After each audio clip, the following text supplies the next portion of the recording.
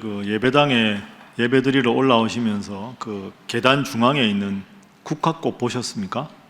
그 국화꽃 화분이 우리 교회 가을에 아주 멋진 풍경입니다. 저는 매일 출근하니까 매일 보거든요. 근데 그게 그 꽃망울이 이렇게 조금씩 이렇게 터져가는 모습을 보는 게 참 즐겁습니다. 여러분들도 아마 매주일마다 예배당에 계단으로 올라오실 때마다 이제 완연한 가을이구나 하는 느낌을 그 국화꽃을 보면서 많이 느끼시게 될 겁니다. 그렇습니다. 10월입니다. 가을이지요. 완연한 가을입니다. 그런데 이 가을이라는 계절을 우리 신앙생활과 연결시켜 보면 우리는 제일 먼저 두 단어를 딱 떠올릴 수 있습니다. 가을, 성숙이라는 단어하고 결실이라는 단어입니다. 가을은 성숙의 계절입니다. 그래서 아까 제가 주보에서 알려드렸지만 다음 주일부터 앞으로 3주간은 우리 교회 초대 목사님이신 이일선 목사님이 어떤 삶을 살아가셨는가, 그래서 본문 말씀을 읽고 이일선 목사님의 일대기를 제가 여러분들께 설교 시간에 소개하면서 내가 지금 좀 더 우리 초대 목사님처럼 성숙한 신앙인이 되기 위해서 어떤 모습을 가져야 하는가, 그걸 한번 3주간 살펴보겠습니다. 두 번째 주제어는 말씀드린 대로 결실입니다. 열매. 이제 10월 23일에 새생명 초청잔치를 하게 됩니다. 우리가 전도의 열매를 거두고자 이제 열심히 기도하고 영상에서 보셨지만 노력하고 있습니다.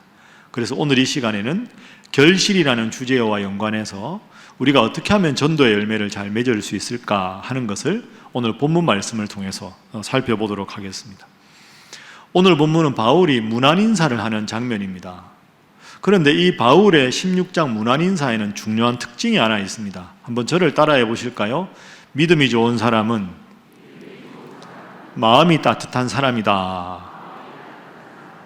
이걸 여러분이 꼭 기억하십시오. 로마서는 말 그대로 로마 교회에 보낸 바울의 편지입니다. 그런데 편지가 16장인데 제일 마지막 16장에서 사도 바울은 안부, 문안을 묻고 있습니다. 로마 교회 성도들 누구누구에게 안부합니다. 누구누구에게 문안합니다. 다 세보면 총 27명입니다. 27명의 성도들에게 이런 이유로 문안합니다. 저런 이유로 문안합니다 하고 문안이라는 단어를 17번을 쓰고 있습니다. 여러분, 우리가 편지 쓸 때 보통 앞에 쭉 쓴 다음에 마무리하기 전에 제일 중요한 당부 인사를 다시 하는 경우가 많지 않습니까? 그런데 제일 중요한 편지의 마지막 부분 한 장 전체를 할애해서 성도 한 사람 한 사람에 대해서 따뜻한 마음으로 문안을 하고 격려를 하고 있습니다. 바울이 누굽니까? 기독교 역사상 가장 복음을 잘 전한 위대한 복음 전도자인데, 이 복음 전도자 바울은 성도 한 사람 한 사람을 따뜻하게 배려하는 마음이 참 따뜻한 사람이었다. 그래서 우리가 하나님을 잘 믿는다는 게 뭘까? 하나님이 나를 사랑하신 그 사랑을 내 마음속에 품고 그 사랑으로 다른 성도들, 내 이웃들, 내가 사랑해야 될 사람들을 따뜻한 마음으로 사랑하는 사람, 마음이 따뜻한 사람, 지난주까지 표현으로 하면 심광채반, 마음이 넉넉한 사람이 주님을 잘 믿는 사람이다. 아니, 로마 교회가 대단한 교회였고 로마의 교회 성도들이 대단한 성도라서 그랬겠지요. 여러분, 그렇지 않습니다. 사도 바울이 썼던 이 편지글들은 대부분 사도 바울이 직접 개척을 한 교회입니다. 그런데 오늘 편지를 쓴 로마 교회 성도들, 로마 교회는 사도 바울이 개척한 교회가 아닙니다. 그러니까 자기가 개척하지도 않았고 심지어 이 편지를 쓸 때까지 사도 바울은 로마 교회를 한 번도 방문한 적이 없습니다. 자기가 개척하지도 않았고 자기가 한 번도 방문해 보지 않은 교회임에도 불구하고 성도 한 사람 한 사람에게 각각 다른 표현으로 문안 인사를 하고 있다. 그만큼 사도 바울은 성도들을 사랑하고 다른 이들을 따뜻한 마음으로 배려하는 사람이었다. 위대한 복음 전도자는 위대한 사랑의 사람이다. 여러분도 꼭 기억하시고 하나님 믿는 사람답게 우리 신일교회 성도답게 하나님 사랑뿐 아니라 서로에 대해서 따뜻한 마음으로 사랑하는 여러분 모두가 되시기를 주님 이름으로 축복합니다. 두 번째로 바울의 문안의 특징이 있습니다. 바울의 문안의 특징이 뭐냐? 성도들이 훌륭한 점, 잘한 점, 그런 걸 적극적으로 추천했다는 겁니다. 그걸 다 하나하나 거명하면서 칭찬을 합니다. 잘한 점이 있고 잘못한 점이 있을 텐데 좋은 점만 드러내서 칭찬합니다. 자, 그러면 본문을 통해서 한번 확인해 볼까요? 오늘 본문에 3절부터 7절까지인데요. 자, 3절부터 화면으로 한번 보겠습니다. 3절에 보면 너희는 그리스도 예수 안에서 나의 동역자들인 브리스가와 아굴라에게 문안하라. 브리스가와 아굴라가 어떤 사람이냐? 4절에 내 목숨을 위하여 자기들의 목까지도 내어놓았다. 얼마나 훌륭한 모습입니까? 5절 보십시오. 또 저의 집에 있는 교회에 문안하라. 내가 사랑하는 에베네도에게 문안하라. 에베네도는 아시아에서 처음으로 예수님을 믿게 된 사람이다. 6절 보십시오. 그 당시에 흔한 이름이 마리아거든요. 예수님 어머니가 아닙니다. 나를 위해서, 교회를 위해서, 성도들을 위해 많이 수고한 마리아에게 문안하라. 7절 마지막으로 보십시오. 안드로니고와 유니아에게 문안하라. 그들은 나보다 먼저 그리스도 안에, 나보다 먼저 예수님을 믿은 사람이다. 이렇게 소개합니다. 여러분 특히 7절을 보십시오. 방금 우리가 7절에 보면 안드로니고와 유니아는 나보다 먼저 그리스도 안에 있었다. 그런데 여러분, 안드로니고와 유니아가 하나님을 더 잘 믿었을까요? 사도 바울이 하나님을 더 잘 믿었을까요? 질문이 어렵습니까? 사도 바울이겠지요. 그러면 이렇게 쓸 수 있잖아요. 나보다 먼저 그리스도 안에 있는 자니라 지금은 아니니라. 뭐 이렇게 해도 되는데 그 뒷부분을 쏙 빼고 나보다도 먼저 예수님 믿은 사람들이다. 좋은 점만 이렇게 부각을 시키고 있습니다. 사실은 사도 바울과 같은 대복음 전도자라면 꾸지람을 해도 되겠지요. 나무랄 수도 있었을 겁니다. 마지막으로 당부한다. 너희 교회에 이런 문제가 있다니 그건 좀 조심해라. 누구누구 제발 그러지 말아라. 다른 사람이 아니라 사도 바울이 쓴 편지라면 그래, 저 위대한 바울 사도가 하신 말씀이니 내가 경청해야 되겠다. 그럼 좀 나무라고 꾸지람하는 말을 쓸 법도 한데 쓰지 않고 있습니다. 로마 교회가 정말로 그럼 대단한 교회일까요? 성도들이 그만큼 훌륭한 성도들만 모여 있어서 부정적인 걸 전혀 쓸 이유가 없어서 그랬을까요? 그렇지 않습니다. 로마서의 배경을 보면 이렇습니다. 그러면 사도 바울이 로마 교회를 세우지 않으면 로마 교회를 과연 누가 세웠을까? 학자들에 따르면 여러분 아시는 대로 사도행전 2장에 보면 오순절 마가의 다락방에 120명이 모여서 기도할 때 성령이 충만하게 임합니다. 그래서 이 사람들이 성령에 충만해서 방언을 하게 되죠. 각 자기가 왔던 본토와 나라 말로 방언을 합니다. 야, 이게 무슨 일인가? 사람들이 깜짝 놀라거든요. 그때 오순절 성령 충만한 역사를 경험했던 사람 중에 집이 원래 로마였던 사람이 있었다는 거죠. 그 로마에 살던 유대인들이 성령 충만을 받고 로마로 돌아가서 당장 예배당이 없으니까 각자의 집에서 예수님 믿는 사람들로 이렇게 전도를 해서 가정교회가 여러 개가 생겼습니다. 그러니까 로마에 살던 유대인들이 성령 충만함을 받고 돌아와서 가정교회를 세워서 전도합니다. 전도하다 보니까 로마에 살던 유대인들도 오고 로마에 살던 로마 사람들, 이방 사람들도 함께 모여서 예배를 드리게 됩니다. 이게 로마 교회의 시작입니다. 그렇게 로마 교회가 잘 되어 가다가 큰 시련을 만나게 됩니다. AD 49년에 당시 로마 황제가 클라우디우스라는 황제인데 이 황제가 이 로마에서 이방인들을 다 쫓아내라. 특별히 유대인들을 다 쫓아내야 되겠다 하고는 유대인들을 축출을 시킵니다. 그러니 로마에 살던 유대인들이 다 로마에서 쫓겨나게 됩니다. 그러면 교회가 어떤 일이 벌어질까요? 성령 충만했던 유대인들이 각 가정교회 지도자들이었는데 이 유대인들이 억지로 로마에서 축출을 당해서 쫓겨납니다. 그럼 교회가 어떻게 되었을까요? 그들이 와서 전도했던 로마에 살던 이방인들 소수만 남습니다.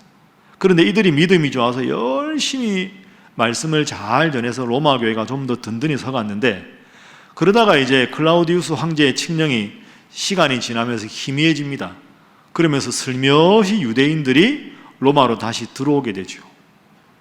그러면 쫓겨갔던 유대인들이 다시 돌아와서 교회로 돌아옵니다. 여기서 갈등이 생기는 겁니다. 원래 로마 교회를 세웠던 유대인들은 우리가 돌아왔으니 우리가 지도자 노릇을 하겠다 이렇게 이야기를 하고, 쫓겨난 사이에 로마 교회 지도자였던 이방인들은 우리가 지도자인데 이제 와서 왜 우리 자리를 내어놓으라고 하느냐 하고는 갈등과 다툼이 생깁니다. 그러니까 교회가 아주 위험한 상황입니다. 이 상황에서 바울이 로마서를 쓰는 겁니다. 그러면 로마 교회의 문제점을 하나하나 지적할 수 있겠지요? 그렇게 하지 않습니다. 좋은 점만 이야기해요. 잘하고 있다. 누구누구 참 이런 점에서 훌륭하고 어느 정도는 저런 점에서 훌륭하다. 이렇게만 말을 하고 있습니다. 물론 여러분 오해하지 마십시오. 어떤 잘못이라도 그냥 무조건 시시비비를 가리지 말고 덮으라는 말이 아닙니다. 사도 바울이 무조건 허물을 덮으라고 강요하는 게 아니고요. 잘못은 시정해야 되죠. 잘못된 것은 잘못됐다고 말해야 앞으로 고칠 수 있습니다. 그런데 바울은 잘못을 고치는 것보다 먼저 서로 좋은 점을 칭찬하고 서로 좋은 점에 대해서 부각시키고 문안을 해서 로마 교회가 우선 마음이 하나가 되는 게 중요하다. 마음이 하나가 된 다음에 각자의 허물을 스스로 하나님 앞에 회개하는 것은 그 다음에 해야 할 일이다 하는 거죠. 그렇게 마음으로 하나가 되어야 여러분도 그렇지만 누군가가 조언을 해주면 조언이 조언으로 받아들여집니다. 마음으로 하나가 되지 않으면 조언은 잔소리로 그쳐버리게 됩니다. 잘 아시는 대로 나그네의 외투 비유 있지 않습니까? 나그네의 외투를 벗기는 것은 매서운 북풍이 아니라 따뜻한 햇볕입니다. 여러분, 꾸지람한다고 사람이 변화되는 게 아닙니다. 마음으로 자발적으로 변화를 위해서 스스로 노력하게 하는 것이 필요하지요. 꼭 기억하시고 여러분들도 잘못을 지적하기보다 먼저 사랑하고 먼저 배려하고 먼저 칭찬하고 먼저 격려해서 항상 우리 교회가 은혜 가운데 서로 사랑하고 정이 넘치고 사랑이 넘치는 우리 교회 될 수 있기를 주님 이름으로 축복합니다. 자, 그러면 이제 이런 본문 내용을 가지고 우리가 153 새생명 초청잔치에 한번 적용을 해보겠습니다. 우리가 전도해야 될 사람들, 우리가 다시 권해서 예배당에 와야 될 분들, 그분들에게 우리가 어떻게 해야 될까요? 방금 본문에서 배운 대로 왜 교회 안 나왔어? 그렇게 살아야 되겠어? 이렇게 하지 말고 우선 따뜻하게 안부를 묻고 격려하고 함께 만나 대화하고 선물도 나누고 기도도 하고 그런 마음이 필요하다는 거죠. 여러분 오늘 다 써서 내시고요. 오늘 다 써서 못 내면 다음 주에도 내십시오. 하나님이 제일 기뻐하시는 일이 전도하는 일 아닙니까? 하나님이 기뻐하는 일을 하면 하나님께서 어떻게 여러분에게 복을 안 주시겠습니까? 열심히 전도 대상자를 놓고 기도하시고 간절하게 최선을 다해서 노력하십시오. 그리고 특별히 전도 대상자도 중요한데 가족들 중에서 코로나 2년 이상 되면서 하나님 믿는 믿음이 희미해지고 어쩌면 하나님께 등을 돌린 분들에게 다시 예배당 오자고 권하십시오. 아마 여러분 남녀 선교회나 구역 식구들 중에도 그런 분들이 많이 있을 겁니다. 다시 예배당에 가서 하나님 잘 믿읍시다. 이렇게 여러분이 전도를 하시면 꼭 이런 분이 아마 분명히 있을 겁니다. 집사님, 제안은 감사한데 요즘 인터넷 시대인데 집에서 컴퓨터 켜놓고 인터넷으로 예배 드리면 되지 굳이 예배당에 꼭 그렇게 나가야 됩니까? 이렇게 아마 여러분들께 이야기하는 분들이 있을 겁니다. 나를 강요하지 마세요. 그냥 나는 인터넷으로 예배 드릴 거예요. 핸드폰도 가능한데 노트북도 있고 데스크탑도 있는데 뭘 그렇게 예배당에 꼭 가야 됩니까? 귀찮게. 여러분 누가 그렇게 대답하면 여러분 뭐라고 대답하시겠습니까? 아 그렇군요. 이럴 수는 없지 않습니까? 뭐라고 우리가 대답을 해야 될까요? 자, 이 문장 꼭 기억하십시오. 한번 따라해 보시죠. 예배당 예배가 정답이고 영상 예배는 부득이한 경우에만. 이렇게 생각하셔야 됩니다. 그러니까 예배당 예배나 영상 예배나 똑같은 게 아니고요. 정답은 예배당에 와서 예배를 드리는 거고 영상으로 예배를 드리는 건 부득이한 경우입니다. 예를 들어서 큰 병에 걸리셨을 때 성도들 중에서 연세가 많으셔서 나오실 만한 기력이 없으신 분, 요양원에 계신 분들, 부득이한 사정 때문에 출타와 출장으로 지금 함께 예배당에 오지 못하시는 분들이 부득이하게 예배를 드려야 할 때 영상으로 예배를 드리는 겁니다. 근데 이걸 두 가지를 똑같이 놓고 내가 선택한다, 그건 잘못된 거죠. 여러분도 아마 느끼시겠지만 우리 교회도 코로나 이후에 이렇게 예배당에서 예배드리는 출석하는 성도들 숫자가 줄었습니다. 그런데 우리 교회, 한국 교회 평균이나 우리 교회 정도 규모가 되는 평균 출석률보다는 우리 교회는 훨씬 출석을 많이 하는 편입니다. 그리고 재정도 아주 든든한 편입니다. 하나님 은혜지요. 그리고 예배당에 못 나오는 분들이 주일 예배 실황이나 녹화나 설교나 아니면 홈페이지에 설교한 조회한 숫자들을 다 더해보면 우리 교회가 코로나 이전에 오던 숫자보다 지금 예를 들어서 오늘이라도 지금 요즘에 우리가 예배 드리는데 예배당 출석하는 숫자, 영상으로 예배나 설교를 듣는 숫자를 합하면 코로나 이전보다 1000명이 훨씬 넘습니다. 그러니까 우리 교회는 영상 예배와 현장 예배를 합하면 그전보다 1000명 이상이 더 많이 예배를 드린다 하는 그것이 팩트입니다. 그런데 그럼 이게 다행이냐? 좋은 일이냐? 그게 아닙니다. 저는 담임 목사로서 이 점에 대해서 아주 예민하게 경계하고 있습니다.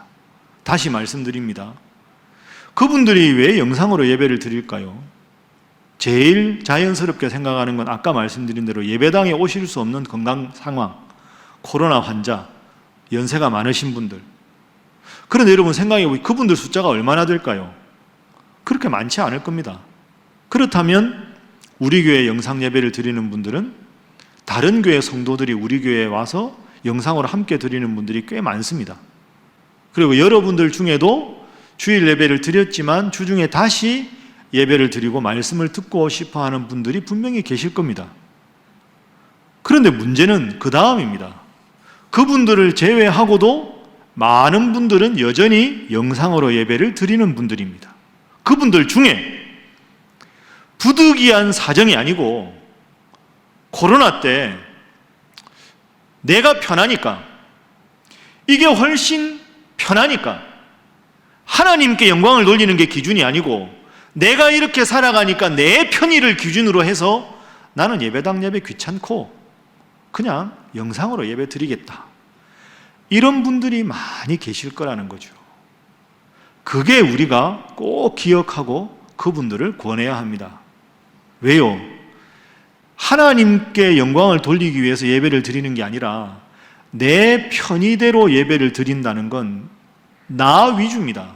그러다가 예배 시간 놓치면 저녁에 하지 점점 그렇게 되다 보면 나도 모르게 예배를 소홀히 여기게 되고 나도 모르게 신앙이 약해지게 되고 그러다가 어려운 일이 생기면 나도 모르게 하나님께 등을 돌릴 수 있는 위험이 도사리고 있다는 거죠. 그래서 영상으로만 예배를 드리는 것은 그런 점에서는 문제가 있다 하는 겁니다. 그럼 좀 더 적극적으로 두 가지만 더 살펴보겠습니다. 저 영상으로 예배를 드릴래요 하면 영상이 아니라 꼭 예배당에 오십시오라고 우리가 적극적으로 권할 수 있는 설득력 있는 근거가 필요하겠죠. 자, 두 가지만 여러분들께 나눠드리겠습니다. 이 내용은 그 코로나19 시대 기독교 신앙이라고 제가 작년에 쓴 책 있죠. 그 책의 36페이지부터 보면 자세히 나와 있으니까 필요하시면 그것 보시고요. 두 가지 이유만 지금 나누어 보죠. 왜 꼭 예배당에 나와서 예배를 드려야 됩니까? 집에서 영상으로 예배 드려도 되는데 라고 말씀하시면 여러분 이렇게 생각하십시오. 첫 번째는 그렇게 생각하면 예수님이 이 땅에 오실 이유도 없습니다. 그냥 선지자들 계속 보내면 되지. 예수님이 하나님과 능력이 같으신 분인데 나를 사랑하셔서 나를 구원하시기 위해서 그 하나님과 능력 같으신 분이 직접 사람의 몸을 입고 이 땅에 와서 우리와 똑같은 것을 먹고 주무시고 하시면서 33년을 살아가셨습니다. 그리고 십자가에서 직접 피를 흘리고 물을 쏟으시면서 돌아가셨습니다.